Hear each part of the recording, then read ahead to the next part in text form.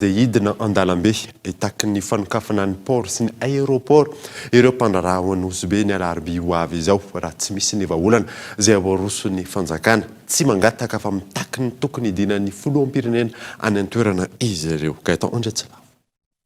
Tsy misy miaino na miresaka na mamaly ireo fangatahana sy fitarainana ny fitondram-panjakana hoy ireo mpisehatra amin'ny fizahantany ao Anosibe izay niroso tamin'ny fanakatonana ny port Elville omaly.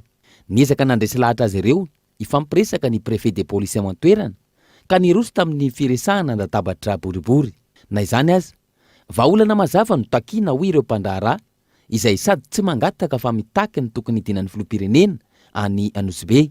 Antony, zavatra lainga, tatitra diso no tonga any amin'ny filoha hoy izy ireo. Tsy nangataka fa nitaky fa veny filoham-pirenenanay eto Anosibe.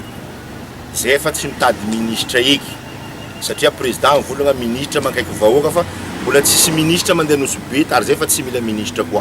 Fa zahay mila fa vian'ny présidentanay eto ary hentitra zay atao amin'ny préfet fa raha tsy mahazo valiny zahay amin'ny larobiany fahatongavan'ny filoham-pirenena dia hidina an-dalambe izahay hitaky zay nisonay zay.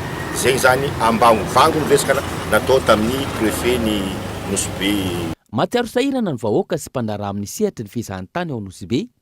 Antony mahatonga azy ireo hanao fitakiana tahaka izao. Andrasana araka izany no mety ho toy ny toe-draharaha sy ny vahaolana arosy ny mpitondra amaliana ny fitakiana ataon'ireo mpandraharaha sy ny mponina ao Anosibe ireo.